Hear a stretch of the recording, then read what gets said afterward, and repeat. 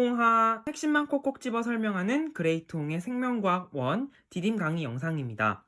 이번 시간에는 중추신경계 중 척수에 대해서 공부해 보도록 하겠습니다. 척수는 뇌와 연결되어 중추신경을 이루고 있는데요. 중요한 신경이기 때문에 아주 굵은 척추뼈 안에 척수가 들어 있습니다. 자, 이 척수를 자세히 들여다보면 안쪽에 나비 모양으로 되어 있는 이 안쪽 속질이 바로 회색질입니다. 반면에 겉질은 백색질입니다. 대뇌의 경우와 반대라고 생각하시면 되는데요. 자, 축삭돌기와 신경세포체 중에서 좀 더 부피가 큰 게 신경세포체라고 했었죠. 척수 속질은 신경세포체가 있기 때문에 이쪽이 회색질이고, 그리고 축삭돌기가 바깥쪽에 있기 때문에 겉질이 백색질이다. 대뇌의 경우와 반대다 라고 꼭 기억해 두시고요. 척추에 이렇게 마디가 있죠. 척추 마디마다 무슨 뿌리가 이렇게 나와 있는 것처럼 아주 굵은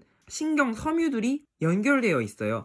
이 근이 뿌리 근자인데요. 등 쪽 신경 다발을 후근이라고 하고 배 쪽 신경 다발을 전근이라고 합니다. 여기서 후근이 바로 구심성 신경으로 이루어져 있어요. 여기 신경에 신경세포체가 옆쪽에 달려 있어요. 아, 그래서 이거는 감각신경이구나 라고 알 수가 있고, 이 구심성 신경은 예를 들면 피부와 같은 감각기관과 연결되어 있다, 이렇게 생각하시면 되겠죠. 구심성 신경이기 때문에 이 화살표 보이시죠? 바깥쪽에서 안쪽으로 정보를 전달하고요. 반면에 이 전근을 이루는 신경이 원심성 신경입니다. 이 원심성 신경은 근육과 같은 반응기관과 연결되어 있다라고 알 수가 있겠죠. 원심성 신경이니까 정보가 안쪽에서 바깥쪽으로 전달된다. 그러면은 척수 자체를 구성하는 이 신경의 정체는 바로 이 연합신경이겠죠.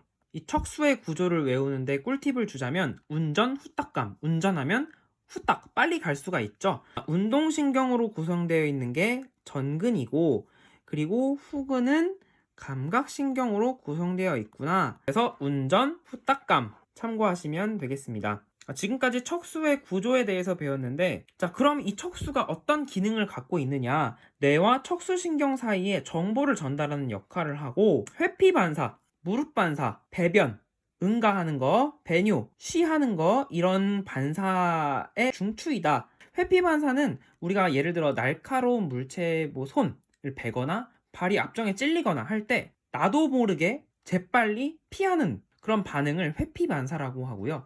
무릎 아래쪽을 가볍게 치면 무릎이 저절로 올라오는 무릎 반사, 이런 무의식적인 반응들의 중추다, 이렇게 생각하시면 되겠습니다. 자, 가벼운 함정 살펴보고 가겠습니다. 자, 척수와 연결된 신경은, 자, 이거 구심성 신경, 원심성 신경, 이거 말하는 거겠죠? 자, 중추신경계에 속한다. 자, 맞을까요? 틀릴까요? 아니죠. 척수와 연결된 신경은 척수신경이라고 하죠. 척수신경은 중추신경계가 아니라 말초신경에 해당이 되겠죠. 여러분이 알아두시면 되겠습니다. 다음으로 의식적인 반응과 무조건 반사에 대해서 알아보도록 하겠습니다. 자, 첫 번째 의식적인 반응은요, 대뇌의 판단과 명령에 의해 일어나는 반응입니다. 예를 들어 어둠 속에서 손으로 벽을 더듬어 스위치를 찾아 켠다. 의식적인 생각으로 인한 반응입니다. 반응의 경로를 보면 이 감각기관인 피부를 통해서 감각을 느끼고 구심성 신경을 타고 척수, 후근 쪽으로 들어가요. 그리고 대뇌와 연결된 이 신경, 이 A와 B 모두 구심성 신경이라고 생각하시면 되겠고, 대뇌의 연합신경에 의해서 자극을 통합하고 판단을 해서 명령을 내리겠죠.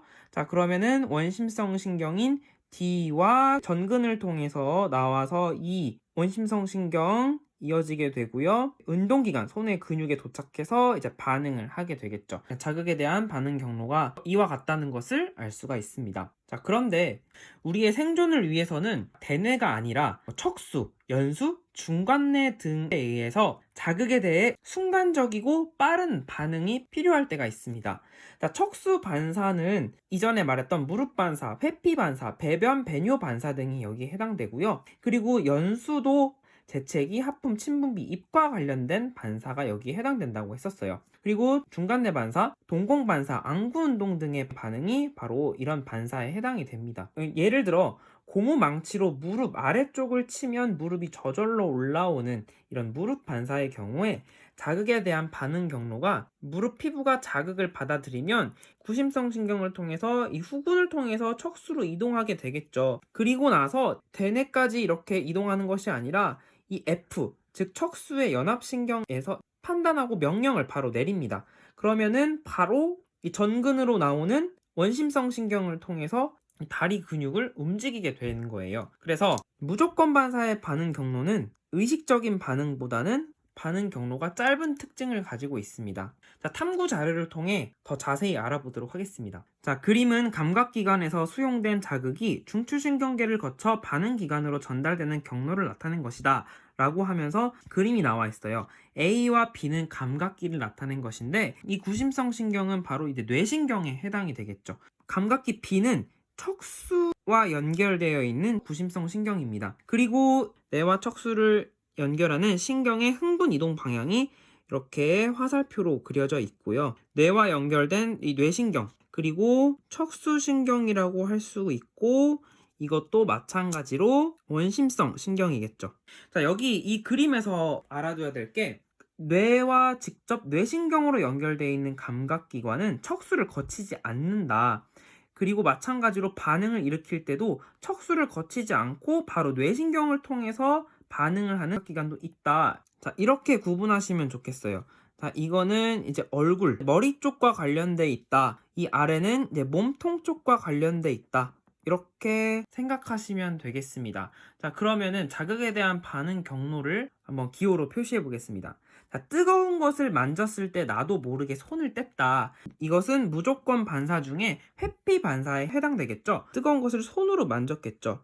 그럼 손은 몸통에 있으니까 자, 감각기관이 바로 B라고 할 수가 있어요. 그리고 척수로 가겠죠. 그리고 척수에서 뇌로 가는 것이 아니고 바로 반응기에 전달하겠죠. 그러면은 E가 되는 겁니다. 이 두 개의 가로는 페이크예요. 그래서 B, 척수, E 이렇게 반응 경로를 나타낼 수가 있습니다. 자, 두 번째, 다리가 아파 손으로 다리를 주물렀다. 이거는 의식적 반응이죠. 대뇌가 명령을 내린 거예요. 아, 손으로 다리를 주물러라. 자, 그러면 다리는 몸통과 연결되어 있는 감각기이니까 우리 B부터 시작합니다. B에서 척수를 거쳐서 뇌로 가겠죠. 그리고 뇌에서 명령을 내리면 뇌에서 척수 쪽으로 내려오는 이 신경을 타고 내려와서 원심성 신경을 거쳐서 D로 이렇게 반응이 일어나겠죠. 그런데 이제 의식적 반응이니까 이 뇌는 바로 이제 대뇌가 되는 겁니다. 자, 3번입니다. 자, 칠판 판서 내용을 보고 손으로 노트에 적었습니다. 눈으로 보겠죠. 그러면은 감각기관 A, B 중에서 머리 쪽에 연결된 이 A가 여기에 시작점이 될 것입니다. 자, A, 눈에서 감각을 받아들이고 이제 뇌로 가겠죠. 그리고 이제 손으로 적어야 되니까 바로 척수 쪽으로 이동하게 됩니다. 그러면은 척수와 연결된 원심성 신경을 통해 D에서 반응을 일으키는 반응 경로를 생각해 볼 수가 있어요. 자, 여기도 의식적 반응에 해당되겠죠. 중추는 바로 대뇌가 될 것입니다. 마지막 4번입니다. 날아오는 공을 보고 눈이 봤겠죠. A가 여기에 해당이 될 거고, 그리고 공을 보고서 이제 뇌에서 판단을 하겠죠. 근데 나도 모르게 눈을 감았으니까 얼굴 쪽과 연결되어 있는 C, 눈에서 바로 반응을 하는 거예요. 그래서 이제 C로 바로 갑니다. 자, 여기서 이제 나도 모르게 저절로 이런 부분에서 무조건 반사라는 것을 알 수 있고, 자, 눈을 감았다. 이게 안구 운동과 관련되어 있으니까 관여하는 뇌는 대뇌가 아니라 중간뇌다라고 파악할 수 있습니다. 탐구 자료를 통해서 자극에 대한 반응 경로를 알아봤는데요. 이 내용 여러분이 잘 알아두시기 바라고요. 다음 시간에는 말초신경계에 대해서 공부해 보도록 하겠습니다. 구독과 알림 설정 그리고 복습까지 챙기세요. 지금까지 그레이트 홍쌤이었습니다. 홍빠!